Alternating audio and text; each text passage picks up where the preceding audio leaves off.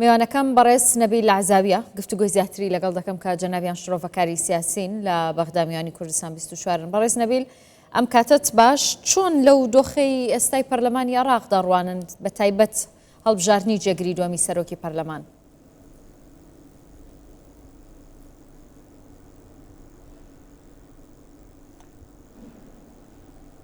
شكرا زۆر سپاس بۆ ئێوە بۆ ئەو میوانداریە بە دڵنیاییەوە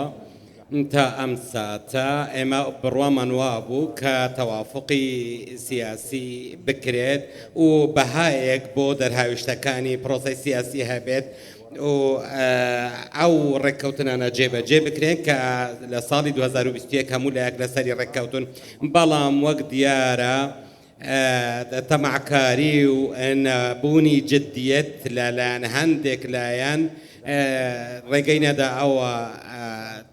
جێبەجێ بکرێت. ئەگەر ئێمە باسی جێگریەکان بکەین بینیمان کە هەندێک ڕێککەوتن هەبوو و پێویستە پرۆسەی سیاسی ڕێچکەی خۆی بگرێتە بەر، بەڵام ڕێککەوتنی دووەم لێرەدا وا دیارەکە دەیەوێت ئەو ڕێککەوتنەیە خۆت نایەنەوێت بەڕێز شاخەوان عەبدوڵڵا هەڵبژێردرێت. بەڕێز شاخەوان عەبدوڵڵا کەسێکی ناسراوە لەلایەن کوتلە سیاسیەکان و کەسێکی باشیشە، بەڵام ئەوانەی کە دژایەتی ئەو دەکەن وا دیارە ڕێککەوتنی لابەلا کراوە لە نێوانیان بۆ ئەوەی کۆسب بەخانە بەردەمیان بەردەم هەڵبژاردننی شاخەوان عەبدوڵڵا و لەوانەشە ئاماژەکانی سەرۆک بارزانی کاریگەری هەبیتن لەسەر ئەوەم بوات دیاریشە کە پارتی دیموکراتی کوردستان بە هیچ شێوەیەک سازش لەسەر ئەو مافانە ناکات، هەروەها و ڕێگە نادەن کە ئەو پرۆسەیە بە لە ڕێدا ببرێت و بینیمان کە پارتی لە هەڵبژاردننیشدا بینیمان کە چەندە بنکەکەی فراوان بوو سنووری بەڕێز نەبیل ئەم کۆسب خستنە بەردەمە چەنیا بۆ کاندیدەکەی پارتی دیموکراتی کوردستانە یان بۆ سیاسەتی پارتی دیموکراتی کوردستانە لە بەغدا؟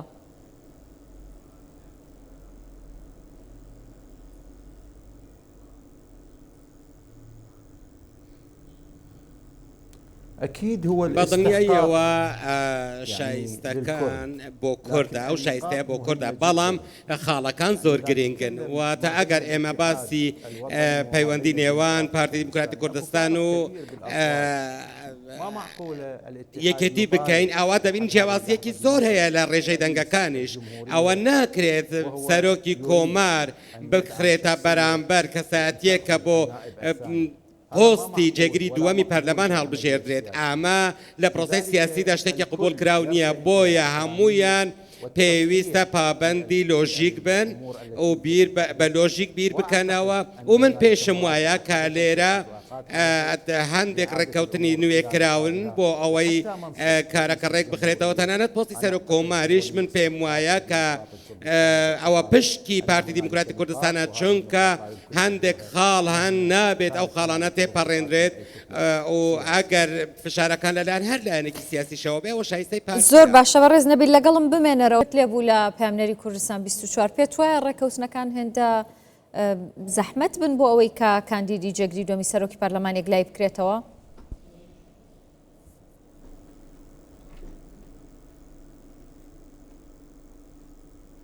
يمكن السؤال دەکرێت پرسیارەکە دووبارە بکەیتەوە؟ باشە وەکو گوێت لێبوو لە پامنەری کوردستان 24 کە ئێستا گفتوگۆکان بەردەوام من پێتان وایە کارێکی سەخت دەبێت ڕێکەوتنی لایەنەکان و ڕازیبوون بە داواکاریەکەی پارتی دیموکراتی کوردستان بۆ یەکلاییکردنەوەی جێگری دووەمی سەرۆکی پەرلەمان؟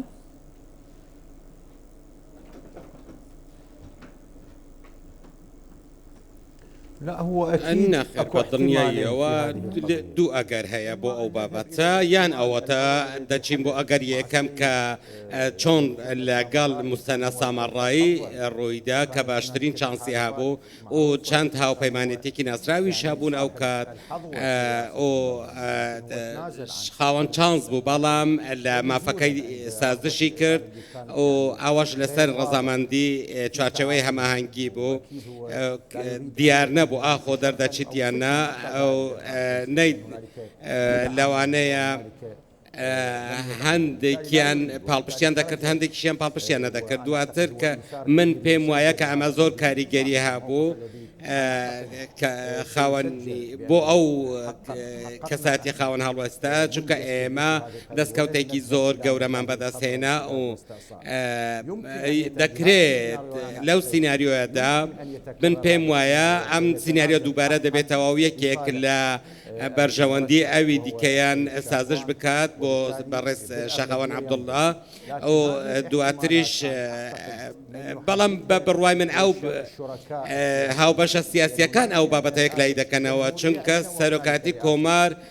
مان هەیە و سەرۆکی وەزیرانیشمان هەیە لێرە دوو کەساتی دیکە هەن کە پێویستە بە تەوافق یەکلای بکرێنەوە هەر هەڵەیەک لەو ڕێچکەیەدا کاریگەری لەسەر سەرۆکاتی کۆمار دەبێت ئەو پارتی دیموکراتی کوردستانیش کە زۆرترین دەنگی هەیە سازش لەو بابەتە ناکات دواتریش تا ئەم ساتە ئەو بابەت ئەو زانیاریانەی کە لەبەر دەستمانن هەندێک ڕێککەوتن هەن کە بە پرۆسەکە بە کەمترین زیان تێپەڕێنرێت و هەر کێشەیەکیش لەو هاوسەنگیەدا هاو کێشەیەدا ڕوو بدات بە بڕوای من کێشە دروست دەبێت و کێشە بۆ پرۆسەی سیاسیش دروست دەبێت لە عێراق بۆیە پێویستە ئێمە لەسەر نەخشەیەکی سیاسی کار بکەین کە شانی باشە باست لە پۆستی سەرۆک کۆمار و سەرۆک وەزیران کرد بەڵام بۆچی لە کاتی هەڵبژاردننی سەرۆکی پەرلەمان و جێگری یەکەمی سەرۆکی پەرلەمان کە لە پشکی شیعە و سوننە بوون یانی ئەم کێشەیە دروست نەبوو بۆ کە دێتە سەرەوەی جێگری دووەمی سەرۆکی پەرلەمان کە پارتی بە پشکی خۆی دەزانێت خاوەنی زۆرترین کورسی لایەنە کوردستانیەکانە لە بەغدا ئەم کێشەیە دروست دەبێت لە نێوان لایەنەکان بۆچی؟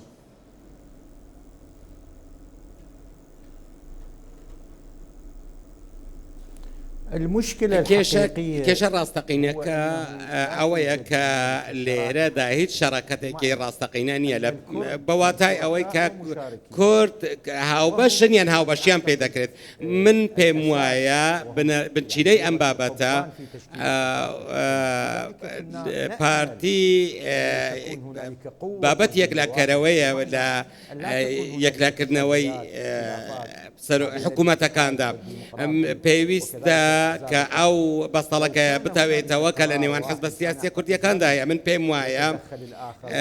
ئەگەر ئەم بابەتە هەبێت هیچ کێشەیەک نامێنێت ئەگەر کورد بە یەک کاندید بێتە ناو پەرلەمان ئەو کات ئەو قەیرانانە ڕوونادەن بەڵام خۆ نەشیعە بە یەک کاندید چووە هەڵبژاردننی جێگری یەکەمی سەرۆکی پەرلەمان نە سوننە بە یەک کاندید چووە ناو هەڵبژاردننی سەرۆکی پەرلەمان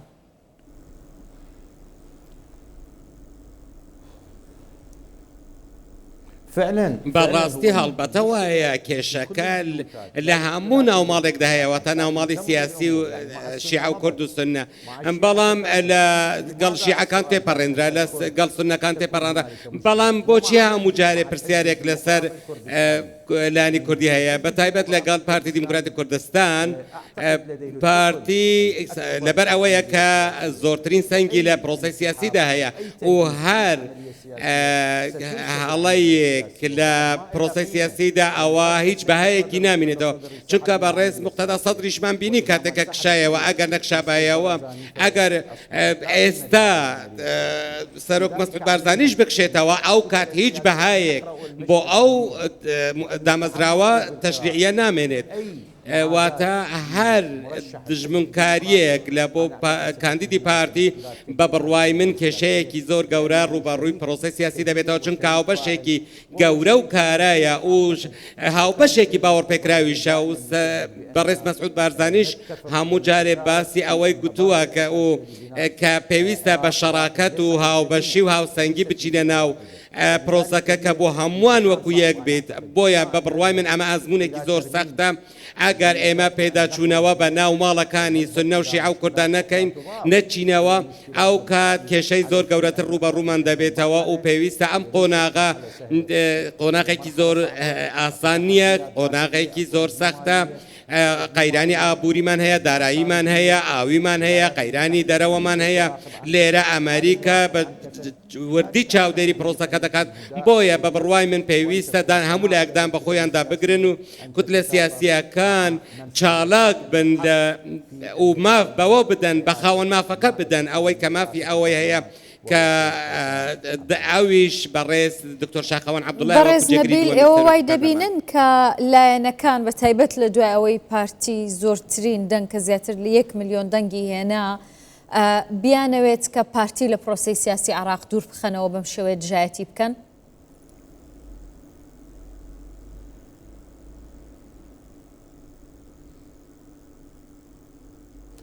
هو الحزب الديمقراطي بارتي ديمقراطي كردستان كزياتر لا مليونك وصد هزار دنگي هنا اما بيوستا اما جاي اوي بيوستا اما جاي بيبدين اوي ك ئەوەیە کە زۆرترین دەنگی لە پارێزگای نەیلەوە هێنا ئاماش ئەوەی تۆمار کرد کە ئەمە پارتێکی زۆر گەورەیە چونکە ئەم ژمارانە لە بۆشاییەوە نهاتوون بەڵکو لە کاریگەریەکەیەوە هاتوون لە شوێن پەنجەکەیەوە هاتوون دواتریش شایستەکەی لە کەسێک خێری پێناکە بەڵکو شایستەیەکی دەستوری و یاساییە چۆن ئەو دەنگانەی بەدەستهێنا سەنگی سونەکان دیار بوو سەنگی کوردەکە پارتی دیار بوو سەنگی شیعەکان وەکو یەک هەمویان دیار بوون دواتر بە بڕوای من کێشەکە لەوەدایە کە پێویستە خوێندنەوەیەکی واقعی هەبێت بۆ ئەو بابەتە چونکە ئەو حیزبە هەمیشە گەورە دەبێت بچووک نابێتەوە لەگەڵ هەموو ئەو کێشانەی کار ڕوبەڕووی وڵات دەبنەوە هەموو یاخۆت ئەو لایەنانەی کە دەیانەوێت دژاتی پارتی بکەن لەگەڵ ئەو هەموو قەیرانانەش ئەو حیزبە بنکە جەماوەریەکەی هەر فراوان بووە بۆیە ئەوان لەوانەیە نەیانەوێت چونکە بەڕێز سەرۆک بارزانی خۆی ئەوەیە کە دەتوانێت سەنگێکی گەورە بدات بە پرۆسەی سیاسی لە عێراق و هەر کەم تەرخەمیەکیش یاخۆت دەرچوونێک لەو پرۆسە سیاسیەدا بە بڕوای من هیچ تامێک لەو پرۆسە سیاسیەدا نامێنێت و هیچ بەڕێز نەبیل بەڕاستی ئەوەی کە ئێستا لە پەرلەمان ڕووەدایانی لایەنەکان هەتا ئێستا نەگەیشتوونەتە ئەوەی کە بتوانن بڕیارێک بدەن لەم بارەیەوە ئایا دەنگەدەن بە کاندیدەکەی پارتی دموکراتی کوردستان یاخودنا پێتان وایە ئەمە پرسێکە تەنیا لە نێو خۆی لایەنەکانی عێراقدا یاخود دەستی دەرەکیش لەم ناوەدا هەیە؟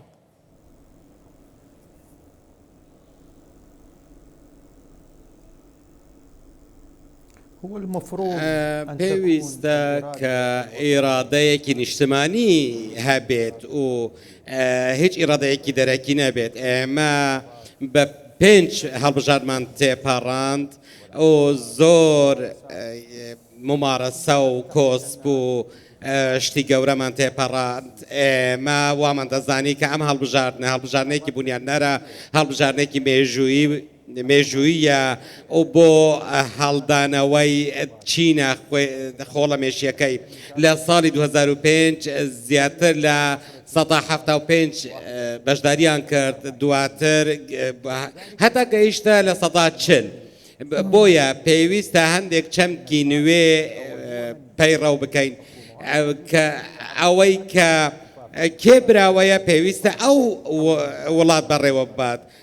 ناکرێت بەم شێوەیە بەڕێوە بچێت عرفی گشتی بە شێوەیەکە بۆ نمونە گەشە پێدان و تەنمیە زۆرتری کورسی بەدەرهێنا ئەگەر توانی حکوومەت پێک بهێنێت پێویستە کە بشەگەڕی دووەم و سێم و چوارە بە بڕوای من لە پرۆسەی سیاسیدا پرۆسەی سیاسی نەخۆشە پێویستی بە هێورکەرەوە نیە بەڵکو پێویستی بە چارەسەرێکی ڕیشەیی هەیە یاخۆت ئەوەیە تا دەبی بگەڕێینەوە بۆ ئەو کێشانەی کە لە ئەو چارەسەرە ڕیشەیە چۆن دەکرێت؟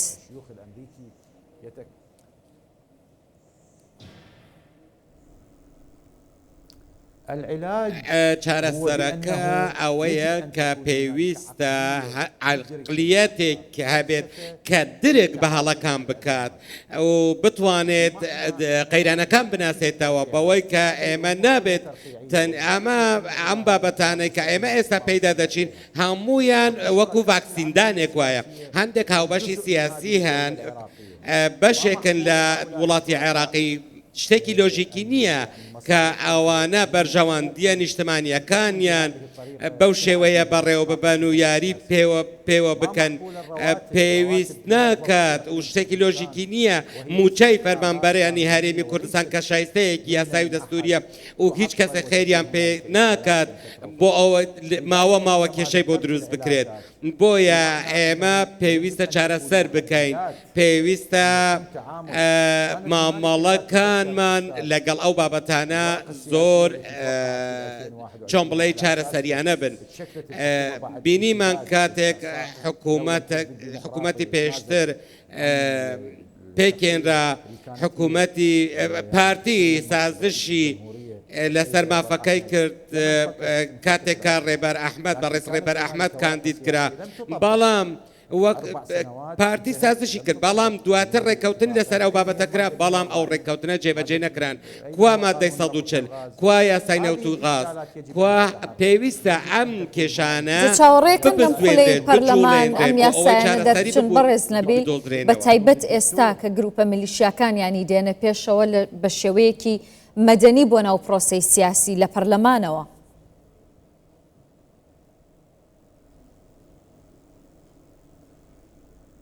يعني هذه القوانين ئەم بە یاسانەی کە جەنابەت باست کرد و منیش باسم پێ کرد ئەم یاسایە پێویستە جێبەجێ بکرێن ئەو پێویستە پەرلەمانتاران واتە لە دامەزراوەی یاسادانان خاڵەکان دیاری بکرێت واتە ئەی یاسای 140 یاسایەکی دەستوری نییە بابەتێکی دەستوری نییە بە چ لایەکدا دەبرێت بۆچی ڕێگە پێ نادرێت هەر جۆرە خوێندنەوەیەک کە بۆ ئەو بابەتە دەکرێت پێویست ناکات بەلا ڕێدا ببرێت چونکە هەموو خاڵەکان لەسەر پیتەکان دانراون لە ناو دەستوردا ئەمڕۆ ئێمە لەو هەڵبژاردنەدا ئەمە هەڵبژاردنێکی شەکلی نییە هەموو جیهان چاودێری دەکات چاودێری دەکات کۆتایی ئەم هەڵبژاردنە چی دەبێت مارک ساڤایە کە نێردرەی تایبەتی ئەمریکایە هاتووەتە عێراق بۆ ئەوەی لە نزیکەوە چاودێری بکات ئەو دەست دەبینێت کە لێکتەگەیشتن نەکراون و بۆ ئەوەی چاودێری ئەوە بکات کە بزانێت ئاخۆ ئەو وڵاتە هەنگاو بەرەو پێش دەنێت یاخۆ دەگەڕێتەوە بۆ دواوە کات بگەڕێتەوە بۆ دواوە ئەوە هیچ بوارێکی تێدانە کە ئەمریکا سزای عێراق دەدات ئەو چەندین جار باسی لەوەش کردووە و جەختیشی لەسەر کردوتەوە کە ئەگەر عێراق بە عەقلیەتێکی بەتوانات بەسەر قەیرانەکان دەزاڵ نەبێت ئەو کات ئەمریکا لە قۆناغەکانی داهات و عێراق ڕوبەڕووی قەیرانی گەورە دەکاتەوە و عێراق لە چەقی ئەو هەموو مەترسیانەدایە کە لە ڕۆژهەڵاتی ناوەڕاست دەکرێن واتە ئەو هەڕەشانەی کە لەسەر ڕۆژهەڵاتی ناوەڕاست دەکرێن و من پێم وایە ئەگەر نیازێکی باش هەبێت ئەوە دەتوانین ئەو کۆسپانە تێپەڕنی بەڵام ئەگەر نیازێکی ڕاستەقینە نەبێت و بەردەوامی بەو عەقلیەتە بەرتەسکە بدرێت بۆ ئیدارەدانی وڵات ئەو کات باجەکەی زۆر گەورە ئێمە دەدەین لە داهاتوودا ئەگەر ئێمە چارەنووسی ئامانجە هاوبەشەکانمان دیاری نەکەین. زۆر سپاس دەکەم بەڕێز نەبیل عەزاوی ماندوومان کردی جەنابەت شرۆڤەکاری سیاسی لە بەغداوە ڕاستەوخۆ لەگەڵمان بوویت.